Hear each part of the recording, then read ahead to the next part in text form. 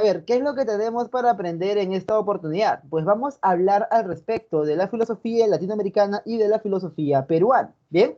¿Qué es lo que debemos de comprender, profesor, aquí? Bueno, para comenzar es que ya abandonamos el desarrollo filosófico de aquello que sucede, ¿bien?, en Europa. Ahora, en esta ocasión, vamos a hablar al respecto de qué. Vamos a hablar al respecto de lo que pasa, bien, en esta parte del mundo, bien. Vamos a hablar al respecto de cómo es que los peruanos, profesor, y muchos de ellos sanmarquinos, ¿no? Y cómo es que también algunos extranjeros, pero que pertenecen todavía a Latinoamérica, han hecho pues un desarrollo filosófico en esta región, ¿sí? Así que de eso voy a tratar, jóvenes, la clase del día de hoy, ¿bien? A ver, ¿por dónde avanzamos? Pues vamos a comenzar hablando al respecto de la filosofía prehispánica. El problema de la filosofía prehispánica, mira, uno de los grandes temas, una de las grandes preguntas que se establecen los filósofos latinoamericanos es la siguiente. ¿Existió o no existió filosofía antes de la llegada de los españoles? Profesor, el pensamiento que tenían los pueblos prehispánicos, como por ejemplo el Tahuantinsuyo, ¿no? El imperio del Tahuantinsuyo, como por ejemplo Chavín, profesor, los Tiahuanaco, ¿ellos tenían un pensamiento filosófico o no tenían filosofía ellos? La filosofía es algo que se da solamente, profesor, dentro de los herederos de la cultura griega o también es algo que se da a nivel universal. Pues bueno, vamos a ver que esa pregunta, ¿sí?, es la primera que tenemos que resolver. Y a grandes rasgos, bien, podemos afirmar que esta pregunta y la respuesta que cada filósofo va a tener depende bastante de la concepción que se tenga al respecto de qué cosa es la filosofía. O sea, si es que alguien tiene una definición, digamos, ¿no?, muy abierta de lo que es la filosofía. Por ejemplo, se entiende filosofía como forma de pensar o se entiende filosofía como pensamiento superior nada más, entonces sí, van a afirmar que efectivamente hubo un, ¿no?, pensamiento filosófico antes de la llegada de los españoles. Entonces, generalmente vemos que esto nos lleva a la enunciación de dos posibles respuestas. Una respuesta, jóvenes, afirmativa y otra respuesta negativa, ¿no? Vamos a ver, pues, que algunos dicen que sí existió, profesor, bien, una filosofía prehispánica, y otros dicen que no, el profesor, no, no hubo filosofía, bien, prehispánica. Ok, vamos pues por la primera postura. La postura de que sí hubo, jóvenes, filosofía antes de la llegada de los españoles. Bueno, ¿qué es lo que te dicen estas personas, esta gente? Se dice que filosofía nosotros debemos entenderla como una cosmovisión, ¿bien? Una manera bastante general de ver el mundo. Entonces vamos a ver que una de las pruebas también que respaldan el hecho de que haya existido filosofía antes de la llegada de los españoles, ¿bien?, es que existe pues un evidente avance científico, ¿bien?, un evidente desarrollo técnico por parte de estas personas, ¿bien? Por ejemplo, podríamos decir, ¿no?, que incluso, ¿bien?, aquí vemos, pues, ¿no?, esta ciudadela de acá, ¿no?, Machu Picchu, profesor. Podemos decir que los ingenieros del Tahuantinsuyo, los ingenieros incas, tenían, pues, ¿bien?, una, un desarrollo incluso superior en lo que es el manejo del agua que los mismos romanos, que son tan famosos por sus acueductos. O sea, mientras el romano solamente hacía una pendiente simple, ¿no?, que era más o menos así, bien, que por el cual el agua bajaba poquito a poquito, ¿no?, por la ligerísima inclinación que había, acá en el Tahuantinsuyo hacían cosas mucho más avanzadas, hacían que el agua suba, baje, dé la vuelta, haga cosas que otros pueblos no conocían. Entonces, los que van a defender que sí existe filosofía prehispánica, te van a decir, ¿no? Bien, si es que ha habido un desarrollo técnico, tecnológico, que es evidente por las construcciones que ellos han hecho, entonces es porque han tenido un avance científico. Y si es que ha habido ciencia, pues evidentemente para que nazca la ciencia es necesaria la existencia de la filosofía. Entonces, por eso es que a ellos llegan a afirmar esto de aquí, pues, ¿no? Que sí existe un pensamiento, ¿no?, un pensamiento filosófico antes de la llegada de los españoles. ¿Y quiénes van a ser los que digan, pues, que efectivamente existió, ¿no?, esto de aquí? Pues van a ser los siguientes filósofos, ¿bien? Estos son los representantes de la llamada postura afirmativa, ¿no?, que te dice que sí, profe, sí había filosofía antes de la llegada de los españoles. Bien, para empezar, vamos a hablar al respecto de lo que sucedía en México, ¿ok? Bien, específicamente en la antigua sociedad llamada tolteca, los toltecas, ¿bien? ¿Quién va a ser el teórico aquí, profesor? Miguel León Portilla. ¿Qué me va a afirmar? Que ellos tenían filosofía, ¿bien? Y a sus filósofos, es más, todavía se les había puesto un nombre, ¿bien? Eran los sabios o también llamados Tlamatinime. Entonces, estos eran los encargados de qué? De guardar pues la sabiduría, ¿bien? La sabiduría que poseían aquel pueblo. Eran educadores, eran personas que reflexionaban al respecto de lo que está más allá del mundo terrenal, ¿ok? Entonces, por eso es que Miguel León Portilla le llama como profe, le llama filósofos a estos representantes de la sabiduría tolteca. Ahora, eso es en México. Aquí en Perú, ¿quién ha venido? Ha venido el suizo Joseph Sterman, ¿bien? El cual escribió un libro llamado La filosofía andina. Así como los mexicanos tienen la filosofía náhuatl estudiada en sus fuentes, bueno, los peruanos tenemos esto acá, la filosofía andina. ¿Y qué es lo que nos dice el suizo Joseph Sterman? Dice pues que aquí nosotros tuvimos un tipo de racionalidad original, que nosotros tuvimos un desarrollo filosófico y que este de acá incluso ha versado al respecto de diferentes temas. ¿Cuáles eran los temas, profesor, de los cuales trataba, pues, ¿no? La filosofía que tenían en el Tahuantinsuyo o que tenían los pueblos incluso más antiguos. Bueno, vamos a ver que encontramos un conocimiento al respecto de el mundo, ¿bien? Al respecto de la naturaleza, ¿bien? De la Pacha. En este caso, profesor, ¿bien? Como es el conocimiento, mira, está mezclando quechua con griego, ¿ah? Está mezclando, por ejemplo, la palabra pacha, quechua, ¿bien? Y la palabra sofía, griega, ¿bien? Entonces te dice que es una sofía, una sabiduría al respecto de qué, al respecto, pues, de el mundo, al respecto de la naturaleza, de lo que hay, de lo existente. Y como es una reflexión al respecto de todo lo existente, pues vamos a ver que la equipara, la hace encajar con la disciplina filosófica llamada ontología. Ah, ok, profesor. Bien. Aparte de esto de acá, también hay un conocimiento al respecto de qué cosa es el hombre, ¿no? El runa, profesor. Entonces también vuelvo a mezclar un término quechua con un término griego, runa sofía, el conocimiento al respecto del runa, el conocimiento al respecto de el hombre. Ah, ok. Y eso dice Sterman que es el equivalente a una antropología filosófica. Bien. Y tenemos pues también a la Ruana Sofía, o también podríamos afirmar pues que es una especie de ética, ¿no? Que había pues en el mundo antiguo, ¿no? En el mundo, ¿bien? Del Tahuantinsuyo, en su espacio propio de ellos, ¿bien? Y que esta va a reflexionar al respecto de qué? Va a reflexionar al respecto de las reglas que siguen las personas, profesor, ¿bien? Entonces, en este caso, la palabra, pues, Ruana Sofía hará referencia a lo que se conoce en Occidente como la disciplina filosófica de la ética. Y hay una más, ¿bien? Que es la famosa Apu Sofía, ¿bien? La Apu Sofía no sería una disciplina filosófica, pero sí sería el equivalente a lo que en Occidente llamamos teología, que es el conocimiento al respecto de qué, al respecto de lo sagrado, ¿no? El conocimiento al respecto de Dios, profesor, teo y logos, ¿no? Ahora, bueno, aquí Sterman le llama así, apusofía, el conocimiento al respecto de los apus, profesor, el conocimiento al respecto de lo sagrado. ¿Bien? Entonces, eso es lo que Joseph Sterman propone. Propone que sí, efectivamente, hay una filosofía andina. Aparte de esto de acá, jóvenes aquí presentes, jóvenes asistentes a su clase de filosofía, vamos a ver, pues, aquí personalmente, ¿no? Vamos a conocerlos en persona, ¿no? A ver por si por ahí, ¿no?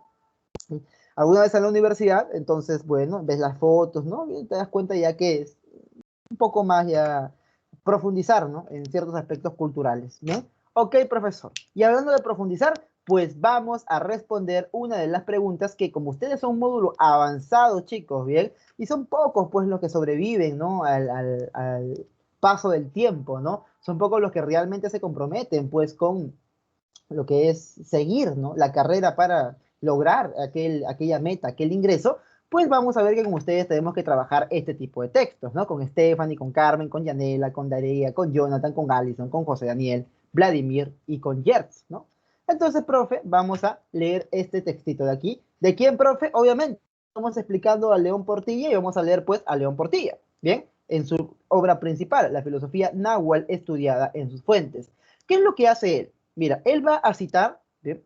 A los textos, ¿no? Que quedan de este pueblo, claro, que han sido traducidos de las representaciones que ellos tenían, ¿no? Que han sido traducidos, pues, de los relatos orales que ellos ahí guardaban. Entonces, ya, ¿qué es lo que dice León Portilla? Dice, con una sola frase, mira, con una sola frase se indica que el Clamatini es un metafísico. Ok, primera relación, ¿cómo debemos de procesarla? Al toque nomás, ¿eh? Mira, acá pones así, rapidito nomás, Tlamatini, bien, es, ok, profesor, igual, un metafísico. Ok. Ok, profesor, ¿qué cosa es? Es un metafísico, ya que estudia lo que nos sobrepasa, la región de los muertos, ya. Por eso es un metafísico que estudia el más allá. Ya. Esto que está citando entre estas comillas de acá, que no son angulares, sino, profe, las comillas normales, bien, es lo que dice el texto de los náhuatl. Finalmente, sigue, ¿no? Prosigue León Portilla. Como resumiendo sus atributos y misión principal, se dice, ¿no? En las líneas 19 a la 21, que gracias a él, al Clamatini, la gente humaniza su querer y recibe una estricta enseñanza. Ok, aparte de ser metafísico, tenemos que gracias al Clamatini, la gente, profesor, recibe una enseñanza. Bien, humaniza su querer. Ah, ok, profesor. Entonces, ¿qué va a hacer León Portilla en base a estas líneas que acabamos de leer? Bueno, él va a decir que aplicando anacrónica y análogamente, bien, al sabio Otlamatini, los términos que hoy se designa a quienes tienen muy semejantes funciones. Claro. O sea, profe, ¿quiénes son los encargados hoy en día de humanizar el querer de la gente y darle enseñanza? Bien, ¿quiénes son los encargados de estudiar lo metafísico del más allá? Bueno, te dirá pues que son estas personas, ¿no? Los maestros, los psicólogos, ¿no? Moralistas, cosmólogos, ¿bien? Metafísicos y humanistas son los encargados de realizar estas labores. Bien, entonces es por esto que te dice que el Tlamatini o también el llamado sabio náhuatl, ¿no? Sabio tolteca, va a ser, ¿sí?, considerado o debe ser considerado como un filósofo, ¿no? Todavía dice acá, pues, léase el texto una vez más y júzguese imparcialmente si es o no acertado este análisis. Ok, entonces el texto anterior estaría en contra de las tesis planteadas por qué filósofo latinoamericano. Mira, nosotros vamos a ver a continuación que el filósofo que está en contra de afirmar que haya existido una filosofía antes de la llegada de los españoles es el sanmarquino Augusto Salazar Bondi. Y tú dirás, qué malo, ¿no, profe? ¿Por qué lo va a negar? Bueno, vamos a ver que tiene sus razones, ¿ok? Y vamos a ver, pues, que esta acá es la clave, ¿sí? No es necesario que lo sepas ahorita, ¿bien? Me sirve para enlazar, para explicar mejor esto y para enlazarlo con la siguiente postura. ¿Bien? ¿Cuál es la otra postura, profesor? La otra postura es que no hubo filosofía prehispánica. ¿Bien? ¿Por qué, profesor, afirman que no hubo filosofía prehispánica? ¿Qué? ¿Acaso nosotros éramos bestias? ¿Acaso nosotros éramos brutos? Aguántate. Mira, para comenzar, la palabra filosofía, cuando les puse, ¿no? En la primera clase que hicimos de filosofía, ¿en qué idioma estaba escrito? Estaba escrito en idioma griego, ¿verdad? Entonces, esa experiencia de la filosofía, bueno, es una actitud, es un saber, es una manera de ver el mundo que los griegos han tenido, ¿bien? Y que no necesariamente los otros pueblos también tienen que tener. O sea, hay que hacer la distinción, ¿no? No es necesario que un pueblo haya tenido filosofía para que realmente valga, ¿no?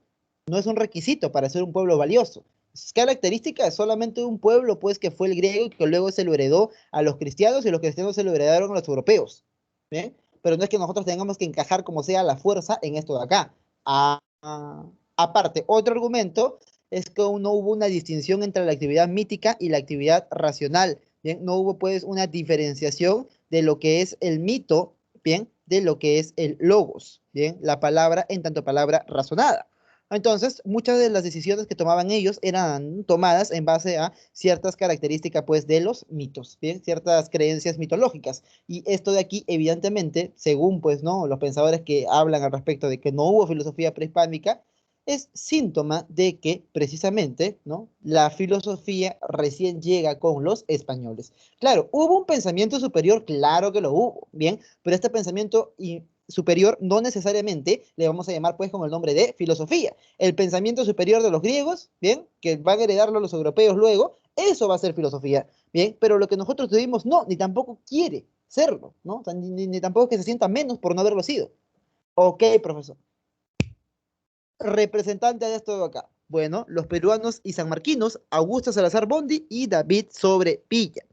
¿Qué es lo que dijo profesor Augusto Salazar Bondi? Mira, él dijo que el desarrollo de los pueblos prehispánicos estaba dándose de una manera determinada, bien, de una manera, ¿no?, por ejemplo, un tiempo circular, ¿no? Vamos a achacárselo esto de acá, bien, y luego llegan los españoles y esto, ¡plaj!, genera un corte, bien, una ruptura, una manera muy distinta ya de ver el mundo, bien. Acá aparece, ¿no?, una visión lineal del tiempo, ¿no? Me gustaría añadirle al maestro Salazar Bondi.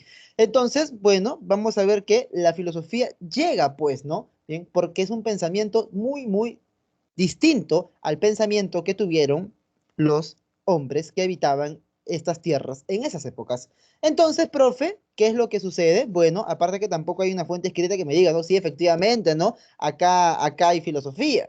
Entonces, es una forma general de ver el mundo, una cosmología, si quieres llamarle, ¿no? Una cosmovisión. O ya, para ponerte fancy, ¿no? Si quieres hablar en alemán, una Weltanschauung, como les dicen, ¿no? Una forma de ver el mundo, una cosmovisión.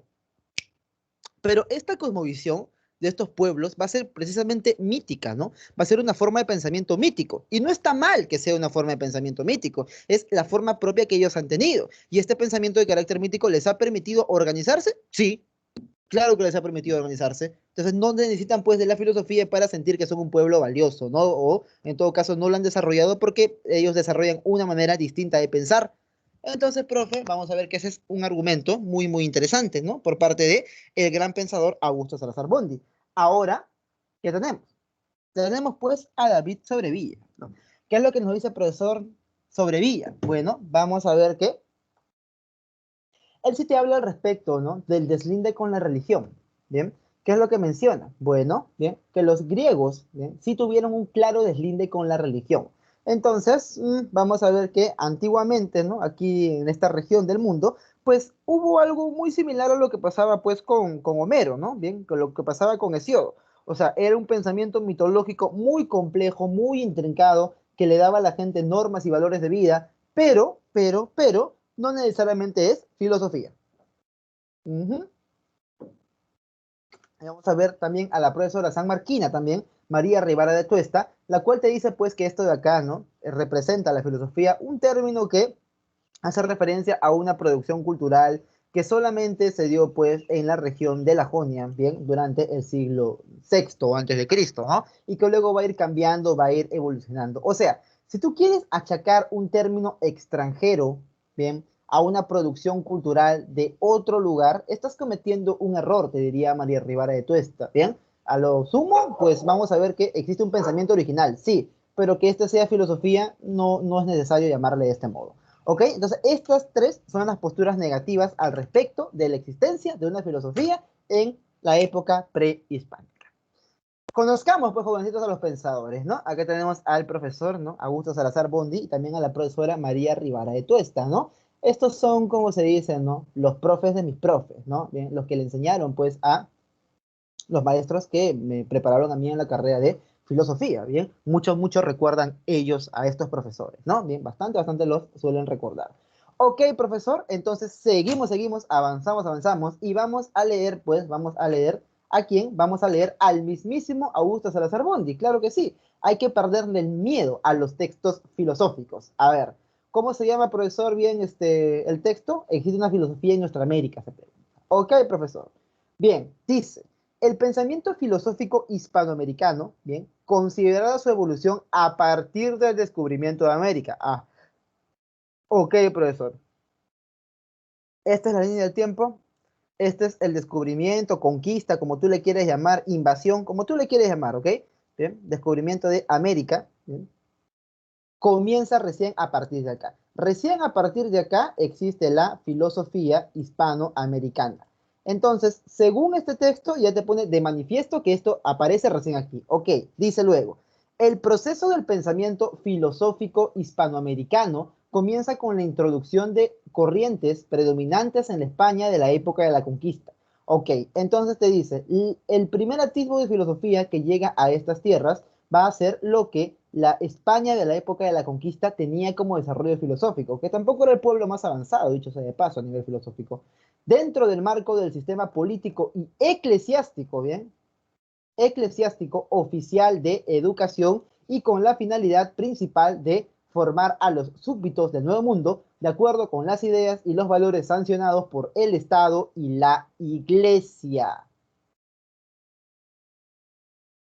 Entonces afirma Salazar Bondi pues que la filosofía llega precisamente de la mano de los curas, bien, que van a venir a estas tierras.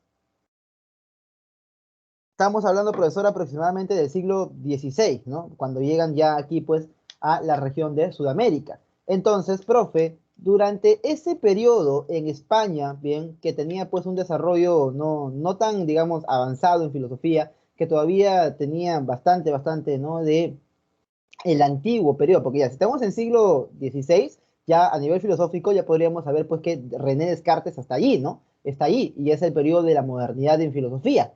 Pero estamos hablando, bien, de la España de la época, bien, entonces estamos hablando de un sistema eclesiástico y de la iglesia que trata de transmitir sus ideas. Por lo tanto, jóvenes, ¿qué clave sería la adecuada para marcar aquí? A ver, dice, tras leer el anterior texto es posible inferir, ¿no? Es posible deducir, es posible colegir qué cosa, jovencitos. A ver, ¿se atreven por una clave? Bien. Si es que quieren hablar, normal, no hay problema, ¿sí? Está el micro para que ustedes puedan ser activados, para que ustedes lo puedan activar. Y precisamente tenemos a Vladimir Vidalón y a Daría Condori, ¿bien? Que me van a decir, claro que sí, ¿bien? Excelente, chicos, así felicitaciones para ustedes. ¿Por qué? Porque sí, pues, el primer periodo de reflexión filosófica en América fue el periodo escolástico, pues, ¿no? Claro, y tú dirás, pero profe, en Europa no estaba en ese siglo la modernidad ya comenzando, sí, pero vamos a ver que todavía estas ideas no habían sido difundidas, ¿no? O sea, esto recién estaba generándose y faltaba difusión. Para la época lo que ya estaba recontra difundido era la doctrina escolástica. La de Tomás de Aquino, profe, sí. ¿Por obra de quién? Por obra, pues, precisamente de la iglesia. Y eso es lo que van a traer ellos acá. Profe, ¿por qué no es avión? Obviamente, ¿sí? El periodo cosmológico es el primer periodo de la filosofía, pero en Grecia, no aquí en América, ¿bien? Se descarta. Beso dice, la iglesia no puede ofrecer ningún aporte cultural por ser oscurantista. Bueno, bien, esto acá es más opinión que verdad, ¿no? Y de acuerdo al texto tampoco es que va a ser cierto, ¿no? Más bien la iglesia es la que trae pues la filosofía. Claro, la filosofía que le conviene a ellos, pero a pesar de todo sigue siendo pues filosofía. Ok, profesor, entonces lo descartamos.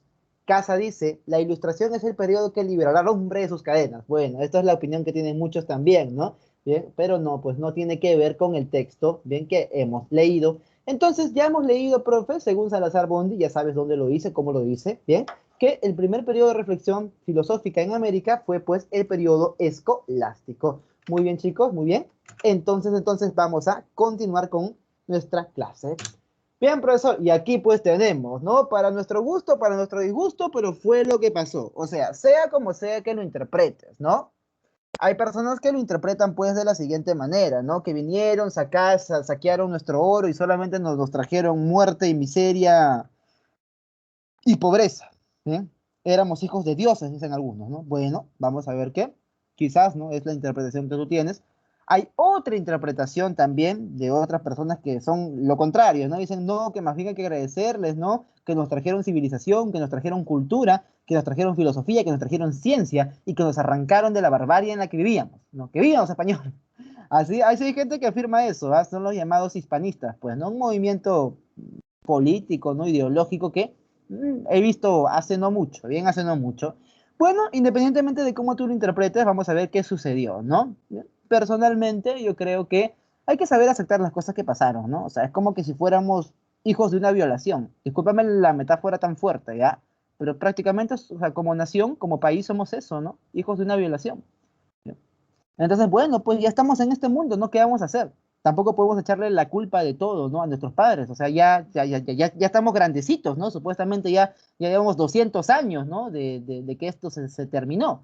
Bien, entonces, bueno, me parece, ¿no? Una postura no tan adecuada seguir, ¿no? Lamentándose por algunas cosas que hayan pasado hace tantos años, ¿no? Es como que hay gente que todavía le echa la culpa, ¿no? O sea, yo soy pobre porque los españoles se llevaron nuestro oro. He escuchado gente hablar así, no es broma. Entonces creo que tampoco me parece ya la postura más adecuada, ¿no? Sea como sea que tú lo interpretes, bien, ya pasó, bien, ya pasó. Ok. Entonces, profesor, ¿qué vamos a ver? Pues vamos a ver también que hay otras manifestaciones culturales aquí propias de nosotros, ¿no? Bien, por ejemplo, aquí tenemos un cuadro, ¿no? Pintado por un artista amazónico, ¿no? Bien, llamado Pablo Maringo. ¿Qué es lo que pinta Meringo, profesor? Bueno, vamos a ver que aquí es un estado de trance, ¿no? En el cual entra un chamán tras haber consumido una de esas, ¿no?, bebidas, ¿no?, llamadas, pues, bebidas espirituales, ¿no? El ayahuasca, el San Pedro, profesor. Entonces, bueno, son manifestaciones culturales propias, ¿no? Bastante, bastante autóctonas. Ahora sí, ¿qué es lo que vamos a hablar? Pues vamos a hablar al respecto del problema de la autenticidad latinoamericana. Y esta problemática gira en torno a una pregunta. El desarrollo filosófico que hemos tenido aquí en América Latina, ya, olvidando que si hubo o no hubo filosofía antes de la llegada de los españoles, bien, pero ya, asumiendo que comenzó antes o después, no importa, pero ya, lo que actualmente estamos haciendo en estos últimos siglos, bien, ¿ha sido realmente un desarrollo propio o ha sido una imitación de lo que los otros han hecho? Bien, y precisamente hablando de eso, te pongo pues acá dos ejemplos de estética, ¿no? Bien, por ejemplo, tenemos pues a la estética de la Costa Verde, bien, que es, trata de ser, ¿no? Trata de asemejarse pues lo más que se pueda a la estética de los países europeos, ¿no? Tenemos una autopista, carros, gente volando en parapente, edificios, ¿no? Trata de asemejarse a ciertas metrópolis, bien, y a la derecha, bueno, tenemos un tipo, ¿no?, de representación gráfica, un tipo de representación, incluso podría algunos llamarle artística, ¿bien?, que es originaria de este lugar, ¿no? Que ha aparecido aquí, ¿bien? Que son pues estos afiches que tú digas, profe, pero esos son afiches de cono, dicen algunos, ¿no? Bueno, vamos a ver que es algo original que nosotros hemos, ¿no?, hemos generado. Ahora, ¿qué es lo que tendemos a hacer nosotros? Nosotros tendemos a ver las creaciones que son propias, ¿no?, como algo inferior. Y ese es un gran problema que existe en Latinoamérica, que nos sentimos necesariamente inferiores. Y por eso, bien, es que van a aparecer también el problema de la autenticidad. Bien, preguntándose, pues, ¿no?, de que si es que los filósofos latinoamericanos han sido capaces de generar un pensamiento auténtico o si solamente son copias nada más, profesor. Bien, vamos a ver, pues, el que te dice, el que te afirma que sí hay una filosofía auténtica aquí en Latinoamérica.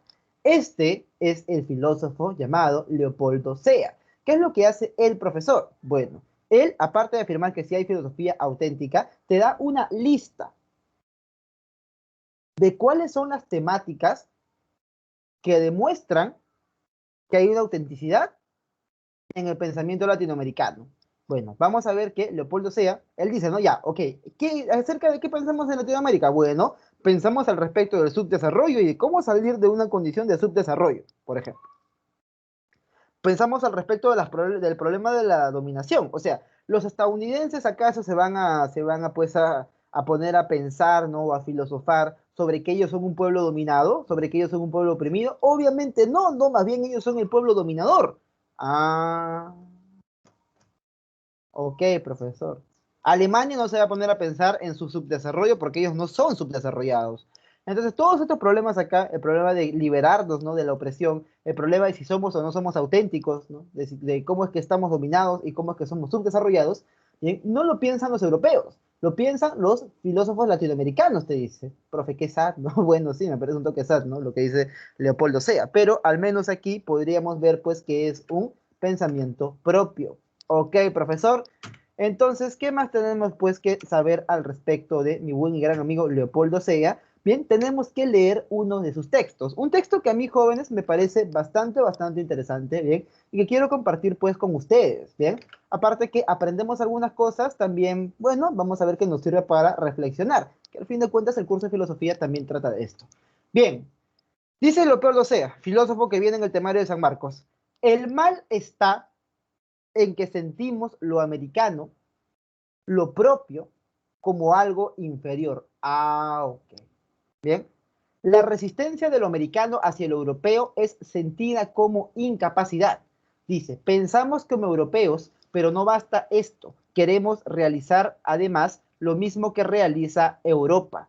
El mal está en que queremos adaptar la circunstancia americana a una concepción del mundo que heredamos de Europa y no adaptar esta concepción del mundo a la circunstancia americana. A ver, acá ¿no?, en esta parte, en esta oración, muy importante, te hace la siguiente diferencia, ¿ya? Mira, vamos a ver, ¿ya? la circunstancia americana, vamos a llamarle realidad americana, ¿bien? Y a la concepción del mundo de Europa le vamos a llamar pensamiento europeo. Ok, tenemos acá al pensamiento europeo, ¿bien? Al pensamiento que proviene de Europa.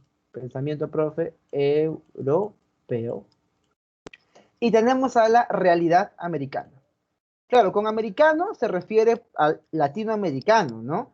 Bien, porque a nivel cultural, el estadounidense, el gringo, ¿bien? No se mezcló, pues, con las personas que vivían de manera originaria en ese lugar. O sea, los españoles en México y los españoles en Perú, sí, se mezclaron. ¿Qué habrá sido, pues, profe? No, bueno, quizás, no sé, ¿no? Les gustaron nuestras mujeres, ¿no? Quizás, ¿no? O sea, le gustaron las mujeres que existían en esa época por aquí, pero ellos sí establecieron descendencia, ¿bien? Y pues dieron, ¿no? Origen a un mestizaje. En cambio, los ingleses no. Los ingleses erradicaron por completo a todos los que vivían allí. Entonces, prácticamente, ¿no? Estados Unidos era una extensión de Europa en este continente.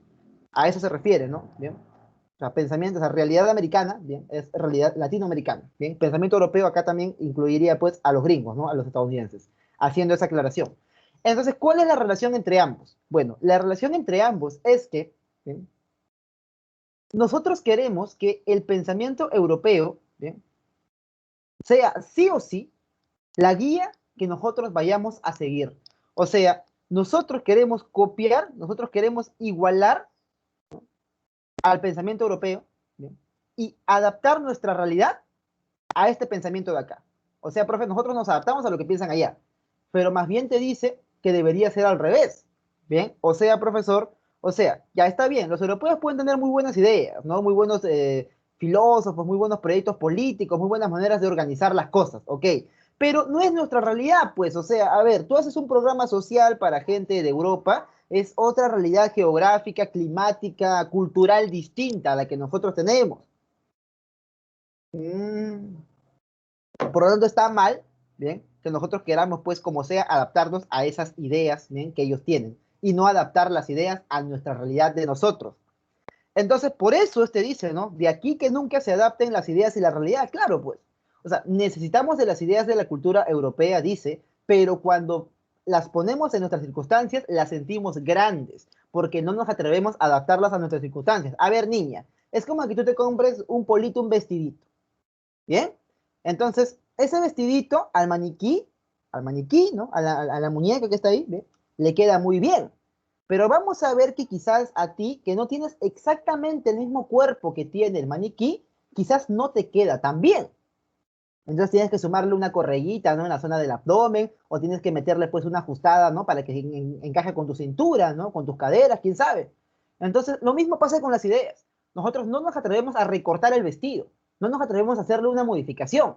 Y es como que en el caso, ¿no? Por ejemplo, joven, que tú te quieras poner el terno de tu papá, por ejemplo, ¿no? Ya, tu papá quizás es mayor, es un poco más corpulento, es un poco más gordo, ¿no? Entonces, bueno, tiene una talla más que la tuya, ¿bien? O quizás es más bajo y tiene una talla menos que la tuya.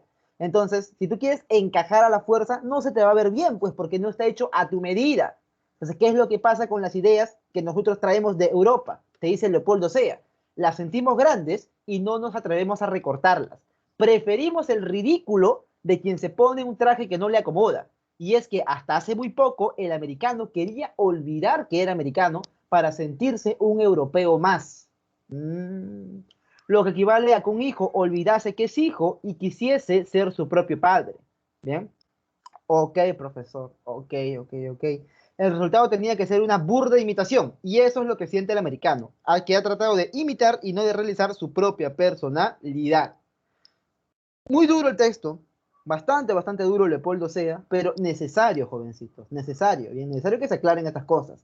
Entonces, tras esta magistral, esta ya es mi opinión, ¿no? A mí me parece una magistral explicación del sentimiento de inferioridad que tiene el latino, ¿bien?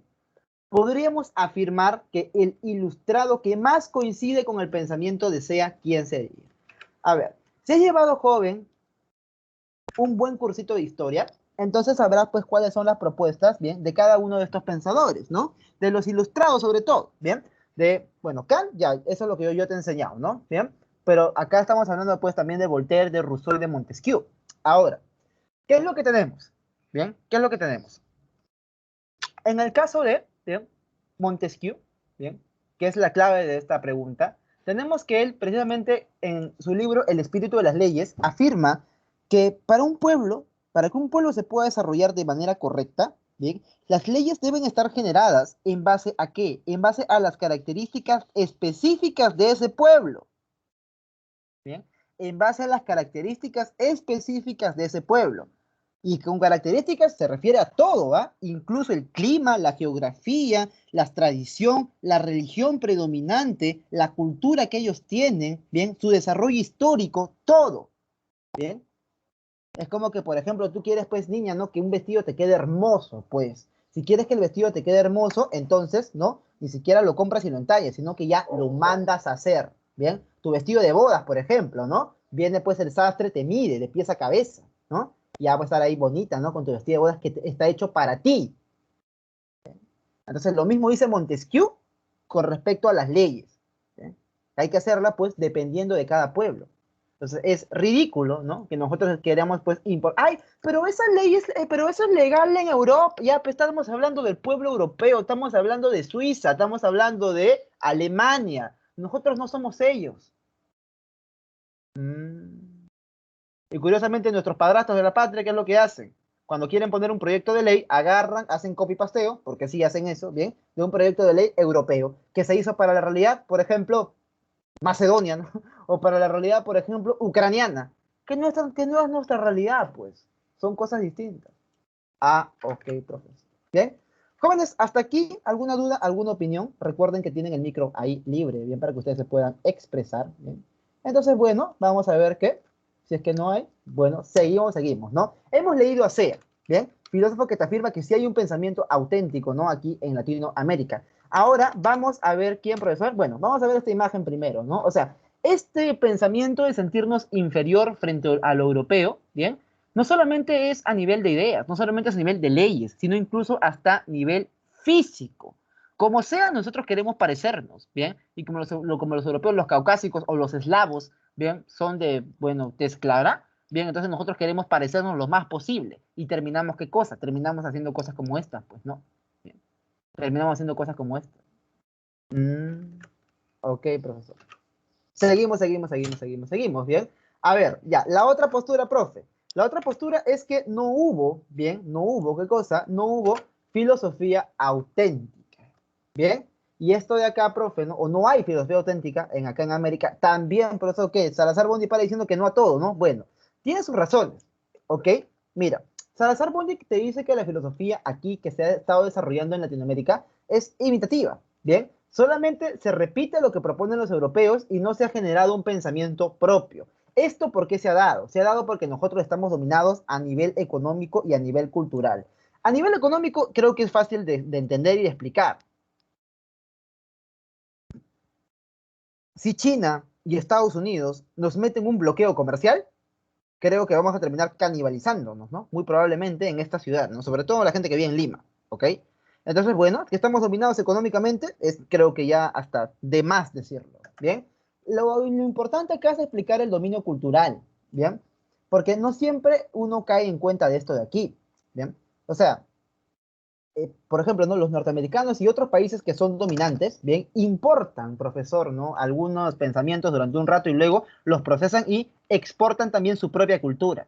Generalmente se dedican a esto, a la exportación de cultura, de elementos culturales. O sea, para esos pueblos, el ser percibidos por otros, bien, de manera positiva es muy, muy importante, porque esto al final también ayuda para las relaciones comerciales, bien. Por ejemplo, profesor, uno de los mayores exportadores, ¿no? Que ha tenido un boom en exportar su cultura han sido los coreanos últimamente, ¿bien? Los llamados, profesor, los coreanos del sur, claro, los coreanos del sur. Bien, ellos, bien, están importando bastantes elementos culturales que son consumidos, bien, por los distintos adolescentes de varios países latinoamericanos. Es un boom ahorita eso. Y el más grande empresario, ¿no? De estos productos que ellos, ¿no? Productos generalmente musicales, pero también audiovisuales, que ellos fabrican, ¿bien? Pues el principal productor, ¿no? El principal empresario, que obviamente, ¿no? Que es el dueño de estos muñecos que salen a cantar, a bailar por ahí, bien, está pues de la mano del gobierno coreano, de la mano, ¿sí? Es un empresario clave para ese gobierno, porque esa es la vitrina, Esa es la cara de ese país al mundo. Entonces, bueno, ellos exportan su cultura y nosotros la consumimos. Lo mismo los japoneses. Ni qué decir, pues, de los norteamericanos, ¿no? Ya esto de acá ya sería, pues, ya Hollywood, ¿qué cosa es entonces, no? Ah, ok, profesor. Entonces, vamos a ver que esta dominación, pues, es cultural también. Y muchas veces termina deshumanizándonos, ¿no? Termina quitándonos nuestra propia identidad, porque nosotros ya no sabemos qué es lo que somos, ¿no? Agarramos y adquirimos la identidad de uno y otro pueblo para configurarnos a nosotros mismos. Bueno, entonces Salazar Bondi te dice que a nivel filosófico, bien, no existe pues un desarrollo auténtico, ¿no?, de la filosofía. ¿Por qué? Porque, o sea, si hasta a nivel cultural estamos pues, ¿no?, influenciados por lo que hacen otros pueblos, imagínate pues a nivel filosófico, ¿no? Sería pues dolorosamente obvio, profesor. Ahora, ¿cuál es la tarea entonces, bien, del intelectual, del filósofo latinoamericano? Te dice Bondi. Bueno, construir, realizar una filosofía de la liberación. O sea, que te lleve a abandonar esta dominación, tanto cultural como económica. Ah, ok, profesor. Entonces, bueno, vamos a ver que nosotros debemos de ir hacia dónde, ir hacia la autenticidad, ¿bien? Plantearnos ese camino, ¿bien? Plantearnos dejar de ser pues simplemente repetidores de lo que dicen los europeos para poder hacer propuestas que sean válidas para nuestro propio entorno, ¿bien? Para nuestra propia realidad, ¿bien? Ok, profesor. Entonces, aquí está Salazar Bondi, ahí está, mira, todo guapo, ¿no? Una foto de archivo de la Facultad de Letras, ¿no? Mi casa de estudios. Bueno, vamos a ver acá esto, ¿no?, la pregunta número 8. ¿Bien? Es que muchos también le dicen, ¿no? A Salazar Bondi, oye, ¿cómo que una filosofía va a ser inauténtica? ¿Cómo una filosofía puede resultar inauténtica? Si cuando yo pienso algo, soy yo el que lo está pensando, y si yo lo estoy haciendo, es mío, pues es propio, y yo soy latinoamericano, entonces sí existe filosofía latinoamericana auténtica. Ya, aguanta, te dice Salazar Bondi. Escucha, papi, yo te voy a explicar. Mira. ¿Cómo ocurre que la filosofía resulta inauténtica? Ya, el hombre filosofante, se dice, construye la imagen de sí mismo como individuo y como grupo social. Es el novelista de sí. Ok, profesor, ya, acá tenemos al hombre latinoamericano, y ¿qué es lo que construye de sí? Bueno, su imagen como individuo. Construye su imagen. Bien, tanto a nivel individual, tanto a nivel individual como a nivel colectivo. ¿Ok? ¿Sí? Hasta aquí está bien graficado. Ahora, es novelista de sí, pero puede serlo, dice, puede construir esta imagen, ¿bien?, como un escritor original o como un plagiario. Ah, ok, profesor. Entonces, esto lo puede hacer de dos maneras, ¿no? Como alguien que es, profesor, una persona, ¿no?, valiosa, ¿no?, que tiene un aporte original, o como alguien que imita, como alguien que copia, ¿bien? Como Acuña, profesor, ¿bien? ¿Bien? Como un plagiario, original o plagiario. Ok, ¿qué más dice? Como alguien que se retrata perfilando su idea genuina, como que alguien que se ilusiona sobre sí y toma como imagen suya la de otro, claro, copia al otro. Entonces, creyendo conocerse, se ignora. Esto ocurre, te dice, cuando la filosofía se construye como un pensamiento imitado. Esto, ¿no? Bien, esto de acá.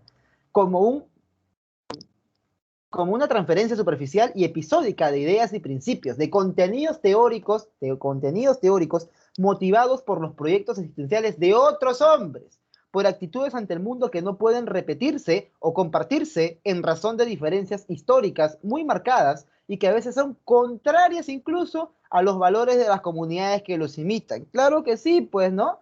Hay valores, ¿no?, que tienen los europeos que no teníamos nosotros, por ejemplo, en el Ande, y que hubo un proyecto que quiso, pues, un proyecto político, económico y filosófico, que quiso en los años 80, bien, invadir toda la parte del Ande. Pero curiosamente este proyecto filosófico, ¿no?, político, subversivo, que algunos califican de terrorista, pues era en su núcleo, en su esencia, ateo, por ejemplo. Te cuento, ¿no? Bien, los comunistas son ateos. Y el poblador del Ande, pues él es muy creyente, él es muy religioso. Entonces vamos a ver pues que ese proyecto, precisamente una de las razones por las que fracasa es por esto, pues. Porque algunos, ¿no?, que entendían de filosofía, ¿no?, algunos pobladores decían, no hay que hacerle caso a esos demonios ateos. Ah, por eso que Sendero tampoco llega al poder, pues. A ver, ¿qué dice? ¿Por qué? Porque son contrarios esos valores, esos proyectos de otros hombres, de otras culturas, son contrarios a los valores de las comunidades que tratan de imitarlos. Pues no te diste de esto cuenta, pues, Abimael, no te diste cuenta de esto. Quien asume este pensamiento calcado cree verse expresado en él o se esfuerza en vivirlo como suyo, sin poder encontrarse en las imágenes que lo conforman. Claro, pues, ¿no? Es como que buscas que tu espejo te genere un reflejo que no es el tuyo. La ilusión y la inautenticidad prevalecen en este caso y se pagan con esterilidad. Claro, si es que uno copia, bien, ideas de otro, ¿no? Vamos a ver pues que termina siendo estéril a nivel de ideas, ¿no? Bien. O sea, profesor que es incapaz de parir nuevas ideas. Ok, ok. Que denuncia una falla vital y siempre es un riesgo para la vida individual y para la vida colectiva. Texto, ¿existe una filosofía en nuestra América? ¿Bien? Entonces, el enunciado que mejor describe esta problemática, ¿cuál será, jovencito? ¿Cuál será? No tomen en cuenta la clave de dedo porque, bueno, es una clave que puse para fastidiar. Es una clave que puse para hacer, ¿cómo se dice? Eh, Para generar alegría entre los jóvenes. ¿Cuál será la clave? Entonces, si es que dedo obviamente queda descartada, ¿no? A ver, para hacerlo más fácil en realidad, ¿no? Para demostrarte que con tres claves nada más, bien, te puedo hacer, digamos, ¿no? Dudar al respecto de tu respuesta. Puedes sufrir incluso, jovencito. Bien, a ver, ¿alguna respuesta por parte de aquí de los jóvenes? Bien, ¿cuál sería, bien, la clave a marcar? Bueno, vamos a ver, ya vamos leyendo, bien, clavecita por clavecita. A ver, mira, dice, ¿no? A ver, en resumen está denunciando a aquellos que copian pues un pensamiento filosófico y lo quieren aplicar aquí sin cambio alguno. Ahora, ¿qué es lo que hace José Carlos Mariátegui con su pensamiento filosófico? Mira, él utiliza, sí, utiliza una idea europea, utiliza el marxismo, ¿para qué? Para poder analizar la realidad peruana. Los 7 ensayos de interpretación de la realidad peruana son precisamente eso, una aplicación de las tesis marxistas a la realidad peruana. Y de ahí saca, pues, ¿no? Ahí los textos que tú has podido leer, ya que en literatura te enseñarán. Bien, entonces, vamos a ver que, por lo menos aquí, ¿sí? Hay una idea europea, pero que se trata de adaptar a la realidad peruana. Podemos ponerle un puntito, ¿no? Está copiando algo, pero al menos como que ya no es el mismo ejercicio, no está diciendo exactamente lo mismo, ¿no? Algo de novedoso, algo propio tendrá. Ya, lo dejamos un puntito. Casa dice, el movimiento etnocacerista, bien como una reafirmación de la identidad andina. ¿Qué es lo que buscan teóricamente, no? No estoy hablando de a nivel político, teóricamente, los etnocaceristas, ¿eh? Cuyo líder intelectual pues no es Antauro Humala, sino es, bueno, o era, ¿no? El profesor Fernando Bobbio, ¿sí? Profesor sanmarquino, obviamente. Ya el brazo militar, político, ya ese sí era Antauro. Bien. Bueno, el movimiento etnocacerista reafirma, pues, ¿no? La identidad andina, precisamente. O sea, claro, ellos también son nacionalistas y traen, pues, ideas europeas, ¿no? Por ejemplo, esa idea de la fundamentación del nacionalismo, prácticamente quieren hacer, pues, ¿no? Algo similar, ¿no? A lo de la raza aria, pero acá, ¿no? Con la raza cobriza. Bien, entonces, bueno, siguen siendo ideas, ¿no? Más o menos europeas, bien, pero que son adaptadas a nuestra identidad, a la identidad andina. Entonces, vamos a ver acá que podemos poner un puntito también. Bien, ahora, Casa dice, liberales, o sea, procapitalistas y marxistas, procomunistas, clásicos, y acá está la respuesta, clásicos o posmodernos también, peleándose para parasitar al país.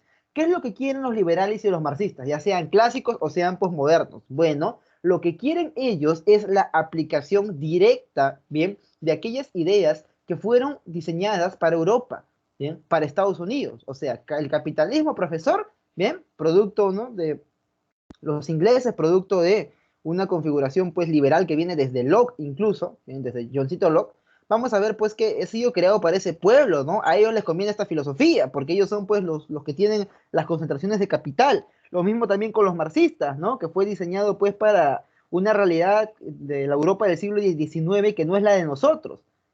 Entonces, ¿qué es lo que quieren hacer? Aplicar eso ¿a dónde? A este país, que no es lo mismo, pues. Se pelean, ¿por qué? Por parasitar al país. No, yo tengo la solución. No, yo tengo la solución.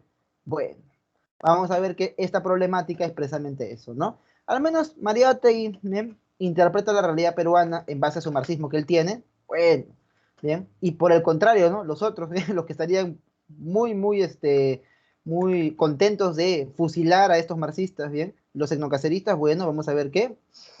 También tienen, ¿no? Una reafirmación de la identidad andina. Al menos algo de identidad propia conservan. Estos de acá no. Estos de acá no conservan ningún tipo de identidad propia.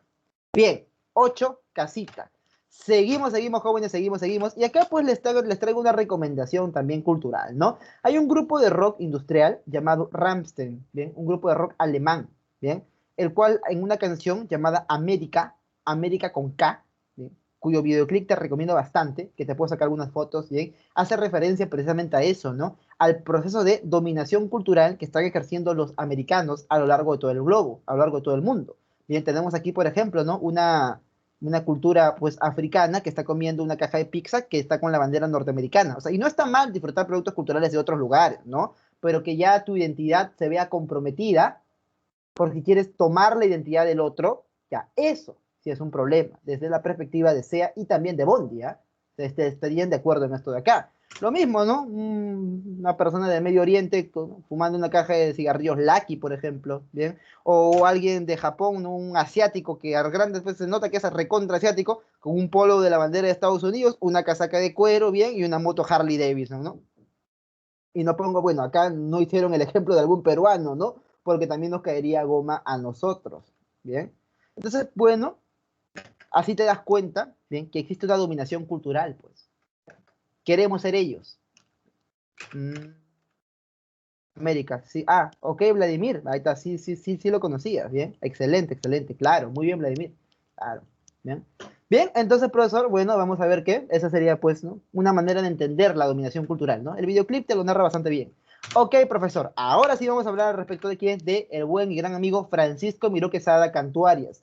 ¿Qué es lo que piensa profesor Francisco Miró Quesada? Bien, él piensa que la autenticidad inicialmente fue un proyecto, o sea, inicialmente no había autenticidad, pero ahora sí, ya la autenticidad va a ser una realidad. Ok, profesor. Y va a dividir pues esto de aquí en las siguientes etapas, ¿no? Bien, ¿cuáles son las etapas, profesor? Bueno, la primera, la de los llamados fundadores o patriarcas. Estos fundadores o patriarcas, bien, poseían pues un llamado desenfoque teórico, o sea, no comprendían a profundidad, ¿no? La verdadera filosofía que se hacía pues en Europa, ¿no? O sea, solamente tenían un conocimiento, una comprensión estructural, como alguien que llevó un curso de academia, pero no tenían una comprensión profunda, ¿bien? Como alguien ya pues que al día de hoy ya ha estudiado la carrera entera, ¿no? De la filosofía extranjera, ¿bien? Pero vamos a ver que ellos no son conscientes, ¿bien? O sea, no saben que no saben. Entonces, ese va a ser el problema con ellos. Representantes de este periodo, según Miro Quesada, bueno, vamos a ver qué es Alejandro Deusta, bien, aquí en Perú sobre todo, ¿no? Y ya tenemos acá unos más, ¿no? Que por si acaso te pongo ahí para que tú tengas tus diapositivas, ¿no? Tus PDFs como material de consulta, ¿no? Siempre ahí lo dejo por si acaso. Bien, profesor. Entonces, vamos a ver que existe otra segunda generación, ¿no? Los llamados forjadores. Ya, estos sí ya se plantearon el problema de la autenticidad y ellos ya son conscientes del desenfoque teórico. Entonces, para superar esa limitación que ellos tenían, ¿qué es lo que van a hacer? Bien, ellos no son conformistas, ¿no? Siguen pues tratando de encontrar cada vez una mejor comprensión. Entonces, aquí aparece, ¿no? El estudio de qué? De las lenguas cultas, pues, como el latín o el griego. Los principales textos originales de los filósofos antiguos están escritos en latín, bien, y están escritos en griego. En la época medieval, full latín, hasta Descartes incluso está en latín, bien, y griego, pues, profe, obviamente, ¿no? Los filósofos de la Jonia, los filósofos de Atenas, por ejemplo, bien. E incluso más adelante también el griego sigue, pues, sigue ahí estando presente, ¿no? Periodo helenístico, ¿bien? O también quizás inglés, quizás alemán, o sea, para leer ya al filósofo en su lengua original y comprender qué era lo que él quería decir realmente, para no depender de una traducción que puede estar bien o mal hecha. Entonces, acá ya hay un afán de leer directamente los mismos textos, bien, que leen los otros, pues, sin temor alguno, ¿no? A ver, ya, ok, ya, él lo comprende mejor porque él tiene el texto ahí a la mano, pero ok, mandamos a traer el libro, traigan el libro, bueno, no sabemos alemán, habrá que aprender alemán, ¿no? Aprendemos alemán y nos ponemos a leer, pues. Ah, ok, profesor. ¿Bien? Entonces, ya poco a poco queremos profundizar, ¿sí o no? Bien, sin miedo al éxito, como se dice, ¿no? Por ejemplo, acá yo también les traigo, ¿no? Para que ustedes, sin miedo al éxito, de frente lean, pues, ¿no? Los textos o pasajes, ¿no? Bien, de los textos de los filósofos, ¿bien? Entonces, esta es la actitud de los forjadores, una actitud de superación. Bien, ahora vamos a ver representantes aquí en Perú, profesor Mariano Iberico, bien, Belaúnde también, Víctor Andrés Belaúnde está ahí, bien, Oscar Miro Quesada, bien, familiar de Francisco Miro Quesada, bien. Profe, los Miro Quesada no son los dueños del comercio, sí, ¿no? Y como tienen plata, algunos pueden dedicarse pues a hacer actividad teórica, artística, ¿no? Porque bueno, ya tienen de qué vivir. Entonces, profe, vamos a ver que ellos son los representantes aquí en el Perú de esta segunda etapa, ¿no? Este segundo periodo. ¿Quién más tenemos? Tenemos la tercera generación, la llamada generación de los técnicos. ¿Qué es lo que sucede con ellos? Bueno, en ellos vemos que ya hay un mejor desarrollo, ¿bien? Y aquí ya la filosofía ya sería pues plenamente auténtica, ¿bien? Uno de los principales representantes de este periodo, ¿no? Vamos a ver que es Augusto Salazar Bondi, ¿bien? Ah, ok, profesor, ¿bien? Y también a nivel de Latinoamérica, pues vamos a ver, ¿bien? Leopoldo Sea, ¿no? Y Jorge Portilla y también Luis Villolo. Otro profesor fue Marquino, ¿no? Ok, profesor. Entonces, estas serán pues las posturas o los distintos periodos que el buen amigo Miro Quesada, bien, tenía para nosotros. Bien, ahora, jovencitos, bien, jovencitos, vamos a pasar ¿a dónde? Vamos a pasar pues a enunciar, bien, los problemas, ¿no? Recurrentes en las últimas etapas, ¿no? De la filosofía latinoamericana. A ver, ¿qué es lo que sucede? Bien, hay un argentino, Enrique Dussel, que afirma ser continuador de la obra de Salazar Bondi, ¿ok? Y plantea que él va a ser el que realice el proyecto que Bondi había iniciado, que es el de la filosofía de la liberación, ¿bien? Entonces, bueno, va a criticar desde su postura de izquierda al problema de la dominación económica y cultural, ¿bien? Eso es lo que va a pretender Enrique Dussel. Bien, personalmente, bueno, ya tú podrás tener tu postura cuando lo leas, ¿no? Al respecto de que si es realmente o no continuador o está a la altura siquiera de Salazar Bondi. Aparte también tenemos la teología de la liberación, que es una corriente muy, muy importante, ¿bien? ¿De quién, profe? De Gustavo Gutiérrez. ¿Qué es lo que quiere el profesor Gustavo Gutiérrez? Bueno, vamos a ver que él posee la siguiente característica, ¿no? Mira, él agarra y mezcla la doctrina cristiana, bien, de apoyo a los pobres, ¿no? Esa doctrina bastante cristiana de la ayuda a los más necesitados, y la mezcla con qué? La mezcla pues con el marxismo, ¿no? La mezcla con esto de aquí, bien, entonces da origen pues, ¿no? A una combinación del Evangelio de Jesucristo, bien, con pues ciertas posturas de izquierda, ¿no? Bien, que antes no eran admitidas por la fe cristiana. ¿Ok? Gustavo Gutiérrez, Teología de la Liberación, ¿no? Cristianismo y marxismo de la mano, ¿no? Que tan enemigos parecían durante el siglo XX. Bueno, eso es lo que va a hacer Gustavo Gutiérrez. Ahora, profesor, vamos a hablar al respecto de qué? Vamos a hablar al respecto de la filosofía en el Perú. Bien, y tú puedes ver aquí, pues, ¿no? El escudo de San Marcos y la primera bandera que tuvo esta nación, ¿no? Cuando se declaró independiente. Y también acá al medio, la casona, pues, ¿no? La que está en el parque universitario, la casona de San Marcos, ¿no? En gran medida, jóvenes, si la filosofía se ha desarrollado en el Perú, se ha desarrollado, pues, al interior de esta casa de estudios, ¿no? También hay otras, bien, la católica, pero esa recién aparece, pues, por los 60, ¿no? Y también tenemos a la Ruiz de Montoya, que es incluso un poco más moderna. Ok, profesor, filosofía en el Perú, filosofía en el Perú. Entonces, ahora vamos a ver cuáles son las etapas, bien, cuáles son las etapas de nosotros, ¿no? De nosotros como desarrollo filosófico. A ver, ya, ok, estamos aquí.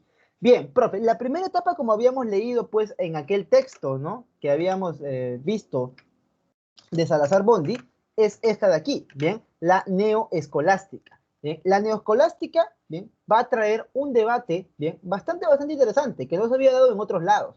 Ese debate, ¿bien? Es el llamado debate de Valladolid, que por el curso de historia del Perú deben conocerlo, ¿no? ¿Bien? Es el debate acerca de la humanidad del indígena, ¿bien? ¿El indio es humano o no es humano? Es la pregunta. Entonces, vamos a ver que, como estamos en escolástica, profe, ¿cuál era el representante de la escolástica? Tomás de Aquino, profe. ¿Y Tomás de Aquino en quién se basa? Ah, profe, sí me acuerdo, ya. Se basa en Aristóteles, ¿sí? Bien. Entonces, bueno, vamos a ver que Aristóteles tiene una antropología que ya es conocida por todos, ¿no? Que dice que el hombre, ¿qué cosa es? Es un animal político, ¿bien? Es un animal político. Y en tanto político, es un animal racional. Entonces, aquí la pregunta es, ¿no? Bien, ¿el indígena americano, bien, es un animal político, es un ser humano o no lo es? Y aparecen las dos posturas, ¿no? Aparece la postura de Juan Ginés de Sepúlveda en su libro de la justa causa de la guerra contra los indios, afirma que animal político, ¿bien? Significa pues una persona que utiliza la racionalidad tal cual él entiende, ¿no? Una racionalidad ilustrada. Mira, mira, mira hasta qué punto llega, ¿no? Eso de la ilustración y de la sobredimensión de la razón. Solamente aquel que posee la racionalidad de tipo europeo, ¿bien? Va a ser considerado como un ser humano. Aquí ellos no poseen, bien, no poseen porque no saben, pues, cuáles son las tesis de Kant, ¿no? Ellos no tienen racionalidad, son bestias de carga, nada más. La profe, sí, así hablaba. Pues esto de acá te lo debe haber explicado también en Historia del Perú. Y la otra postura, la de quién era, profe, la de Bartolomé de las Casas, ¿no? Aguante, él te dice, animal político, zoon politicón, término aristotélico, significa que son capaces de organizarse en sociedades, bien, vivir en ciudades. Y evidentemente, sí, los indígenas americanos, pues se han organizado en sociedades, han podido vivir, bien, tranquilos ellos, ¿no? O sea, no han necesitado, pues, de un desarrollo bien, digamos, racional a la europea para poderse organizar. Por lo tanto, sí, sí son humanos, ¿ok? Sí son humanos, pero no tienen pues efectivamente el mismo rango que los españoles, ¿no? Son humanos, pero son como una especie de hermanos menores a lo que los españoles, bien, deben de cuidar y sobre todo educar en qué, pues educar en la fe, ¿bien? Eso es lo que van a plantear jovencitos, ¿bien? Bartolomé de las Casas. Ahora, ¿bien? Aparece, pues, jovencitos, aparece, ¿bien? El periodo de la Ilustración. Ya, abandonamos la escolástica y ahora llegan a esta región del mundo los ideales de libertad, igualdad y fraternidad. Profe, lo de la Revolución Francesa, claro, pues. Lo que pasó en las 13 colonias, claro, pues. Llega hasta aquí. ¿Y qué es lo que sucede? Bueno, sucede que aquí también, bien, se va a querer, bien, la independencia de quienes, profe, de los criollos, ¿no? Bien, entonces se van a querer independizar, ya van a querer dejar de ser colonia española. Ok, profesor. Representantes de esto de aquí, gente que ya conoces, ¿no? Bien, por tu curso de historia. Vamos a ver, pues, qué desarrollo a nivel filosófico tenían, ¿no? Más allá de los hechos, de las cosas heroicas que hayan podido hacer, vamos a ver sus ideas. Bien. Por ejemplo, Hipólito Unanue hablaba bastante al respecto de que la parte ética, ¿no? La moral de la escolástica, bien, hacía ver pues al indígena como un ser que es inferior. Entonces estaba en desacuerdo con la moral escolástica. Aparte de esto de acá, tenía cierto pragmatismo implícito. ¿Qué significa esto, profesor, de acá del pragmatismo? Bueno, significa que un conocimiento es válido si es que este es útil. Bien. Ok, profesor. Entonces, todo conocimiento debe ser puesto en marcha. ¿Para qué? Debe ser puesto en marcha, pues, para poder utilizarlo en beneficio de la humanidad. Ok, profesor. ¿Qué sea qué cosa? Que sea útil necesariamente. Ok, tenemos pues a otro gran pensador de la época, ¿no? Toribio Rodríguez de Mendoza. Bueno, él pedía educación racional para los indios, ¿no? Y también para los criollos para que alcancen la libertad. Muy influenciado por las ideas de Juan Jacobo Rousseau. La educación como vía para qué? Para la liberación del hombre y para que la igualdad también llegue a ser. ¿Ok? Juan Pablo Vizcarra de Guzmán, bueno, él sí era más orientado a un aspecto político, ¿no? O sea que estas colonias americanas, ¿no? De España, bueno, tienen que regirse por sí mismas, ¿no? Tienen que necesariamente determinar su propio destino, derecho a la autodeterminación. Y aquí Henry Carrillo, profe, bueno, vamos a ver que aquí sí ya no parece tan ilustrado, tan democrático que digamos, porque, bueno, te dice que tras darse la independencia y generarse nuevos estados, los indígenas no deberían tener control sobre estos, sino deberían ser los criollos los que ejerzan el mando. Bien, o sea, profe, los hijos de los españoles, claro, bien, o precisamente eso, ¿no? O sea, bien, los que eran ciudadanos españoles, bien, pero habían nacido aquí, ya ellos, ¿no? Entonces, profe, bueno, vamos a ver que un poquito ahí está José Vaquijano y Carrillo. ¿Sí? Ahí como que en el dintel de la puerta, ¿no? En la frontera. Bien, profesor. Entonces, ya. Ok, sucede lo que tiene que suceder, profe. Bien, sucede pues ya la llamada, entre comillas, ¿no? Independencia, profesor. Y tras esto, bien, aparece el periodo del romanticismo.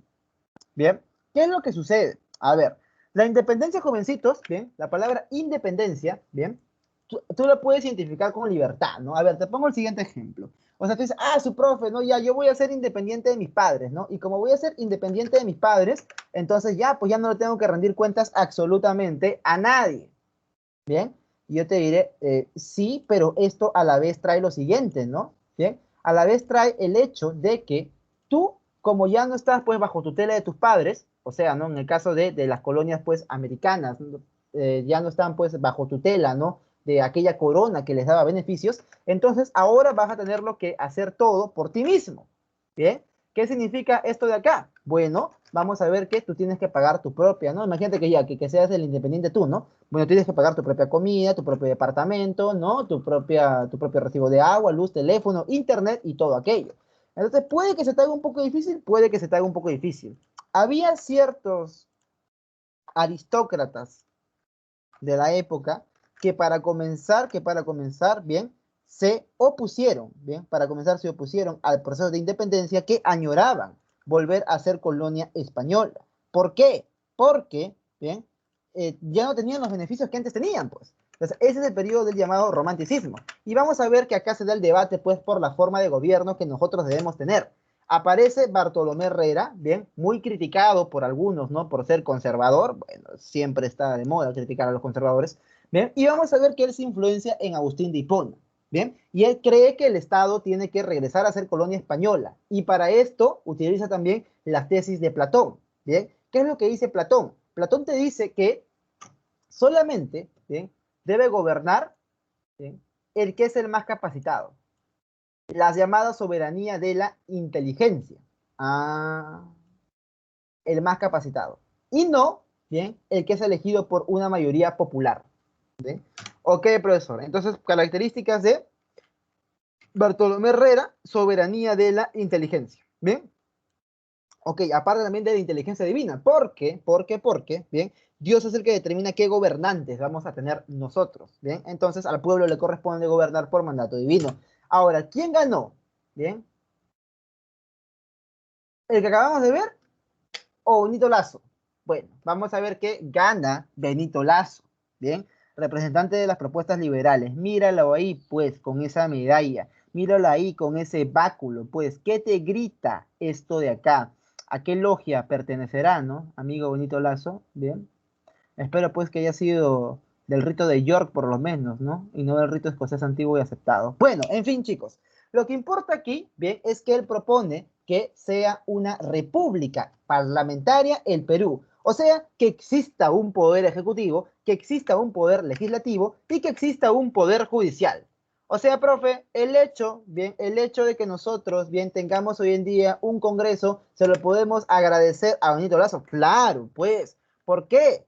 Porque van a ser los ciudadanos, bien, va a ser el pueblo el que elija a sus representantes. Y esos representantes del pueblo van a estar en el Congreso. Y obviamente el poder no emana, bien, de la inteligencia, ¿no? De la superioridad de unos cuantos, no emana tampoco de Dios, sino que el poder debe emanar ¿de dónde? El poder debe emanar de la sagrada voluntad de los pueblos. De ahí es donde debe de emanar el poder. Bien, el pueblo, bien, va a ser sabio para elegir a sus representantes. Entonces, ¿no? El voto popular va a ser el camino para que nosotros pues lleguemos, ¿no? Al mejor puerto, para que nosotros tengamos un correcto desarrollo. Claro que sí, ¿no? Claro que sí. El pueblo al votar nunca se va a equivocar. Va a ser sabio para elegir a sus representantes o para apoyar a los representantes que le llegaron de chiripa. ¿No ves que el pueblo no se equivoca en escoger presidente? ¿No ves que el pueblo no se equivoca al apoyar a un presidente?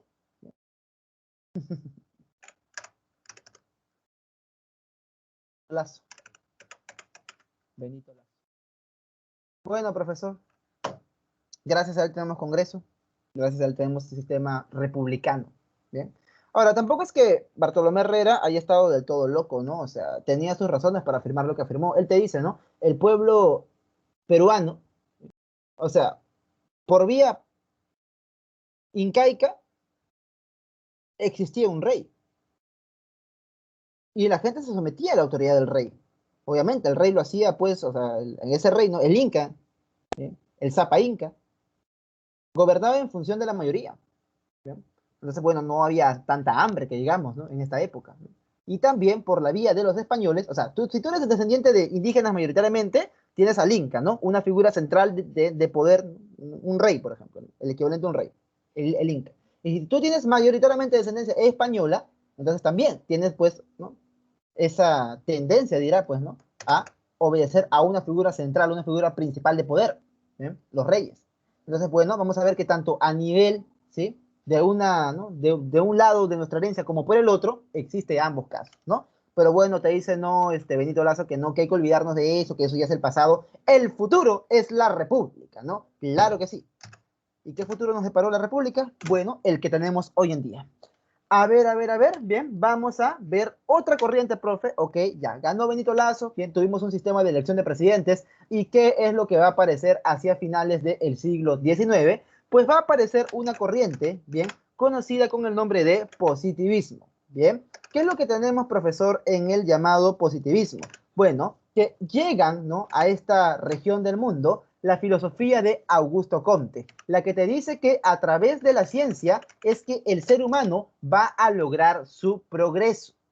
Representantes de esto de acá, bueno, mi papi, mi chulo, mi rey, Daniel Alcides Carrión, bien, que él sí, pues, podemos considerarlo como héroe, porque se inyectó, pues, una enfermedad mortal para la época, bien, con tal de él aportar a la ciencia, ¿ok? Él sí fue un positivista recontra consecuente, pues. Dice, ok, yo quiero generar el progreso de la ciencia, entonces voy a ofrecer mi vida para que la investigación científica, la investigación médica, se lleve a cabo.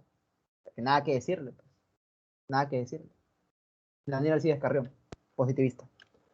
Y en el campo del derecho tenemos a Javier Prado, ¿no? Prado y Ugarteche, profesor. Bien, él precisamente te dice, bien, que nuestro orden jurídico, nuestro marco legal, tiene que responder en base a un trabajo, ¿no?, industrializado. Tiene que responder a eso, bien. Solamente a través de un orden de carácter industrializado vamos a generar personas que sean disciplinadas, bien, disciplinadas.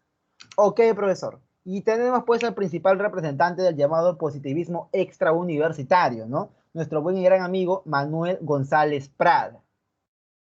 José Manuel González de Prada y Álvarez de Ulloa. Bien.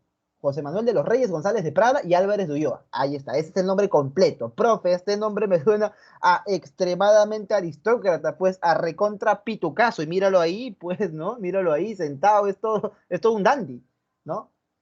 Él era aristócrata, bien, proveniente de las más grandes familias del Perú, ¿no? O sea, digamos de las más importantes, ¿no?, familias de este país. Pero a pesar de eso es muy crítico, ¿bien?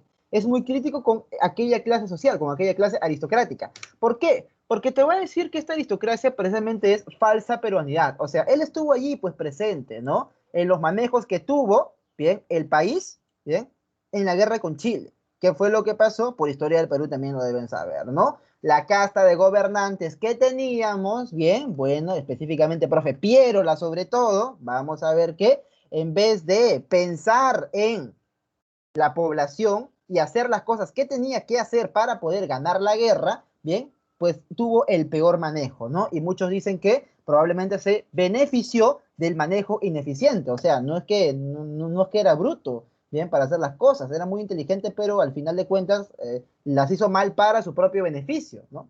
Mal para el Perú, pero bien buenas para él, ¿no? Mira, qué actual, ¿no? Que es la historia del país, ¿no? Se repite, Nietzsche estaría contento, es un eterno retorno, ¿no? Tenemos una situación de crisis y tenemos un presidente, bien, que en vez de velar, pues, por el bienestar de la mayoría, solamente bien vela por su propio bienestar. Y encima todavía, ¿no? Hay ciertos historiadores que, bueno, que en la época, ¿no? Periodistas y toda la vaina que ensalzaban a Piérola, ¿no? Se hizo cargo de nuestro país. Oye, así hablan, ¿bien? Se hizo cargo de nuestro país en una situación de crisis que es la guerra con Chile. Guerra con Chile, ¿eh? Guerra con Chile, ¿bien? ¿Te suena algo por ahí quizás? ¿Te suena actual? A mí me suena bastante actual. Bueno, o sea, la aristocracia pues es falsa peronidad, te dice, ¿no? La verdadera nación peruana está en dónde? Está en los indígenas. Eso es lo que te dice, bien, mi buen amigo, bien, Manuel González Prada. A nivel político es anarquista. ¿Qué significa esto de acá? Que no debe existir ni el Estado, porque es un instrumento de opresión, ni tampoco debe existir jerarquía alguna. Bien, No debe haber un ser humano que le mande a otro ser humano, ¿bien? Todos tienen que trabajar, tienen que cooperar entre iguales, ¿bien? Ok, profesor. Entonces, seguimos. Bien, bien, bien. Entonces, ¿avanzamos hasta dónde? Avanzamos hasta la época del espiritualismo. ¿Qué es lo que nos dice el espiritualismo, profesor? Bueno, aquí se quiso enfrentar al positivismo. Pasa que, en este caso, bien, Manuel González Prada y todos los positivistas, ¿qué es lo que van a hacer? Bueno, ellos van a proponer el desarrollo de la ciencia como método para la reconstrucción nacional. ¿Bien? Y a veces eso era enfrentarse necesariamente a el aspecto clerical. ¿Bien? O sea, a los curas, profesor, que estaban pues ahí en las universidades. Entonces, en las universidades apareció esta corriente financiada pues por la aristocracia, ¿no? O promovida por esto de acá. Bien, aquella crítica que se hacía pues a la ciencia. Y obviamente ya sabemos que por la filosofía del siglo XX el espiritualismo en Europa fue planteado por Henri Bergson. ¿Bien? Y acá pues representantes en el Perú van a ser Alejandro Deusta y también el buen gran amigo, bien, Mariano Ibérico. Bien, entonces esos van a ser los representantes de el espiritualismo en estas tierras. Bien, jóvenes, entonces continuamos. A ver, ¿qué es lo que tenemos en este momento que explicar? Pues tenemos que explicar lo siguiente. Bien, el llamado pragmatismo. Bien, el llamado pragmatismo. Creo que hubo uno que se molestó, ¿no? Bien, que se molestó con la comparación que hice hace rato. Bueno, al menos yo no di nombres, ¿no? Bien, se quitó. Bueno, algunos aguantan, otros no aguantan, pues. ¿Qué es lo que dice el profesor el pragmatismo? Nos dice, bien, que la educación que nosotros tengamos que darle a las personas tiene que ser orientada hacia el beneficio de la humanidad. O sea, todo conocimiento tiene que tener necesariamente una aplicación práctica. Bien, en resumen, eso es el pragmatismo. ¿Quiénes lo van a importar acá, profe? ¿Quiénes lo van a traer? Pues van a ser Pedro Zulem, ¿bien? Que le da pues nombre a la famosa biblioteca que está en San Marquitos, pues, ¿no? Cuando tú estás ahí en la universidad te vas a dar cuenta, ¿no? Que ahí está la biblioteca Arandas, la biblioteca Pedro Zulem, ¿no? Y precisamente pues es uno de los más grandes promotores, ¿no? De una educación, ¿bien? De una educación pragmática en este país, ¿no? ¿Bien? Que tiene que generar un ser humano libre y capaz de desarrollar sus propias capacidades. Ahora sí, profesor, nos vamos a la prisma. Y ya, ok, mira, te hago la siguiente advertencia, ¿bien? Quizás ya lo sabes por historia también del Perú. El aprismo joven no es Alan García, por si acaso, ¿ok? El aprismo a nivel filosófico es estudiar a Víctor Raúl Haya de la Torre, con el cual podemos estar de acuerdo, ¿no? Podemos estar de acuerdo como en desacuerdo. Ahora, ¿cuál es el programa, profesor, del aprismo? Bien, ¿qué es lo que ellos desean? Bien, ¿qué es lo que ellos desean hacer? Pues generar una, ¿no?, ideología típicamente latinoamericana. Y esto de acá es el proyecto de Víctor Raúl Haya de la Torre. Él tiene un desarrollo filosófico muy interesante porque él va a agarrar algunas tesis de Albert Einstein, ¿bien? O sea, la tesis de la relatividad de Einstein, que es para el mundo de la física, y la va a aplicar a la realidad histórica. Muy interesante, ¿bien? Muy interesante. Porque la aplicación de la teoría de la relatividad de Einstein para el análisis de la historia te va a dar como resultado de que la historia universal en todo caso también sería pues relativa. Si el tiempo es relativo, aquello que estudia el tiempo, que es la historia, ¿no?, o los sucesos que han ido pues a lo largo del tiempo, también va a ser relativo, profesor. O sea, no me vengas a decir que la historia universal es la suma de los hechos que han sucedido en Europa. Entonces, cada región, cada lugar tiene sus propios problemas, ¿bien? Tiene su propia historiografía que hay que realizarle. Entonces, cada sociedad está en su tiempo aparte, en un tiempo distinto, ¿bien? Y pues la sociedad latinoamericana está también en este proceso, está en este proyecto, ¿no? ¿Y qué es lo que va a querer hacer con Latinoamérica allá de la torre? Bueno, va a querer unificarla, ¿ok? Va a querer que la Latinoamérica sea una unidad política. Y ese precisamente es uno de los 5 puntos del programa, ¿no?, general del APRA. Bien, el primer punto es este: acción contra el imperialismo yanqui. O sea, profesor, dejar de que los estadounidenses tengan control sobre nosotros. Aparte te dice, bueno, que tenemos que tener una unidad política, o sea, ser un solo bloque, así como la Unión Europea, bien, es un solo bloque económico, no político, cultural, ya, también nosotros tenemos que ser un solo bloque, bien. Aparte, bueno, esto es muy importante, ¿bien? Hay que dejar de ser un país netamente extractivista, o sea, de dejar de vender nuestras materias primas a precio huevo, a precio de regalo, ¿bien? Para que lo transformen en otro país y luego nos las regresen pues ya, ¿no? Procesadas, ya transformadas y nos la vendan más caro, ¿no? Más bien hay que la industria hacer que se desarrolle en nuestras naciones y que dejen de estar en manos de capitales extranjeros, ¿bien? Nacionalización de tierras e industrias. Es que, ¿qué pasa? Mira, en esta época, y probablemente también en nuestra época, ¿bien? Habían y hay grandes empresas que prácticamente, ¿sí? Están ahí detrás del poder. ¿Para qué? Para obtener ellos beneficios. O sea, son empresas que pueden tener el mismo tamaño a nivel económico que un país entero, ¿ah? No estamos hablando de cualquier cosa, ¿no? Por ejemplo, no sé, se me ocurre en historia del Perú el caso de la IPC, ¿no? La International Petroleum Company, ¿no? Bien, vamos a ver pues que fue una gran empresa, ¿no? Que puso en jaque incluso al país. Entonces, vamos a ver que estas industrias nosotros debemos de nacionalizarlas. Ok, profesor.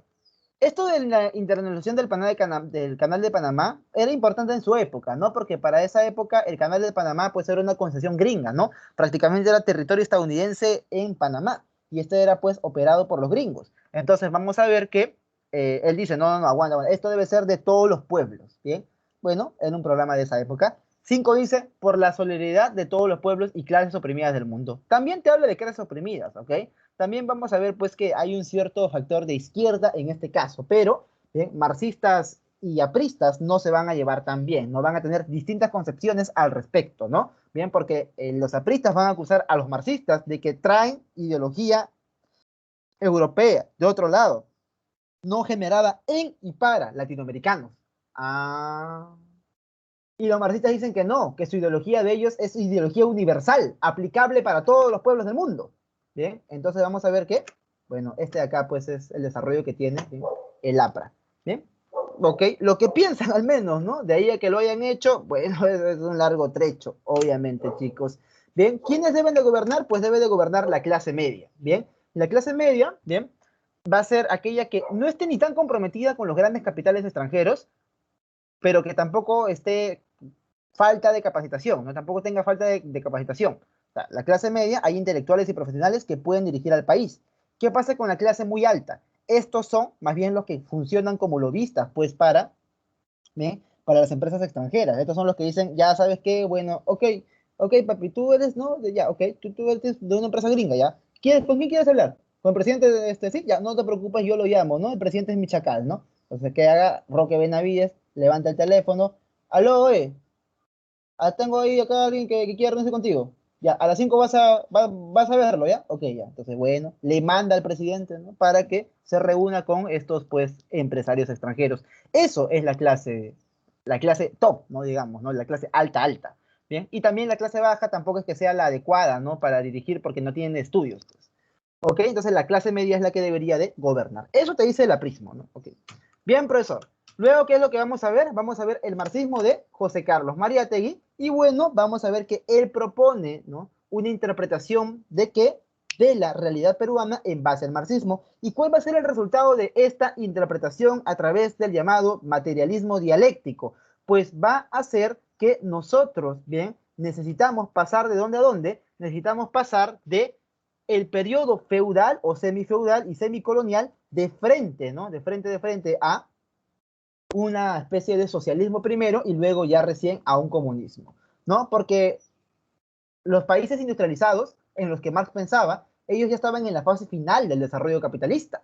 Entonces vamos a ver pues que nosotros no, nosotros todavía tenemos el problema de la tierra, ¿bien? Porque estamos pues pegados a la producción agrícola, por eso es que somos semifeudales. Entonces, siendo un país semifeudal, ¿cómo pasamos al socialismo? Ya, eso va a ser pues, ¿no? Lo que establezca José Carlos Mariátegui, ¿no? A través de la lucha de clases, profesor, y a un desarrollo distinto a lo que hacía Carlitos Marx. Y de esta manera, jovencitos, de esta manera, ¿hacia dónde llegamos? Pues llegamos, bien, a el último periodo, ¿no? Bien, profesor, lo que se dio pues, durante los años 80, lo que se dio durante los años 90, ¿no? Un representante, bien, del liberalismo económico, un representante del capitalismo, bien, ya saben a quién estoy haciendo referencia, bueno, se enfrentó, ¿no? Bien, aquí en profesor, o bueno, durante los años 80 él no estaba, pero bueno, se terminaron, ¿no? Digamos, habiendo una lucha ideológica detrás, ¿no? cuyos principales representantes serían estos dos señores de acá, ¿bien? También este de acá, pues, que encarnaba a qué, encarnaba al comunismo, encarnaba al marxismo revolucionario, ¿no? Esta que era marxista, leninista, maoísta y quería ser un cuarto, ¿no? Pensamiento guía del camarada Gonzalo. ¿Cómo se llamaba su movimiento, profesor? Bueno, se llamaba el Partido Comunista Peruano por el Sendero Luminoso de José Carlos Mariátegui. Ese era el nombre original de su organización. Entonces, bueno, vamos a ver que aquí, de fondo, ¿qué ideas están peleando? Están peleando una economía política capitalista liberal, y en el fondo del liberalismo está Locke, ¿bien? Hasta atrás podemos trazar esto de acá, y acá pues tendremos a una economía política marxista, ¿bien? Y ahí está Marx, ¿bien? Y esto podremos tratarlo hasta incluso la propia Ilustración, ¿no? Entonces, capitalismo, comunismo, ambos hijos de la Ilustración, tuvieron, pues, profesor, ¿no? Su batalla, ¿bien? Durante la época, ¿no? De principios de los 90, finales de los 80, ¿bien?